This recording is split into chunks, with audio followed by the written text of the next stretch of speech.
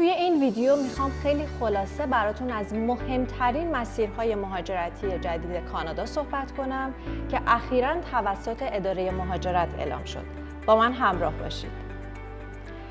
باز شدن یک مسیر ویژه برای نیروهای متخصص کاری در زمینه علوم، تکنولوژی، مهندسی و ریاضیات. صادر شدن 2 هفته‌ای ورک پرمیت یا همون اجازه کار برای کسایی که توی زمینه تکنولوژی تخصص دارن و از کارفرمای کانادایی جاب آفر گرفتن.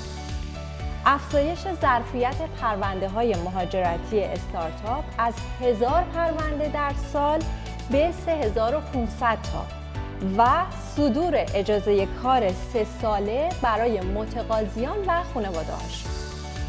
یه مسیر عجیب اما خیلی مهم برای کسایی که تو زمینه تکنولوژی مهارت خاصی دارن.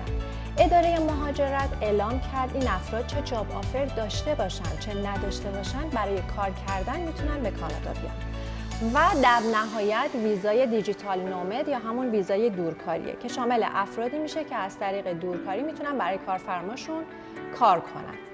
به این افراد یک ویزای 6 ماهه توریستی کانادا داده میشه که اگر همزمان با دورکاریشون از یک کارفرمای کانادایی جاب آفر بگیرن دیگه میتونن توی کانادا بمونن و زندگی کنن.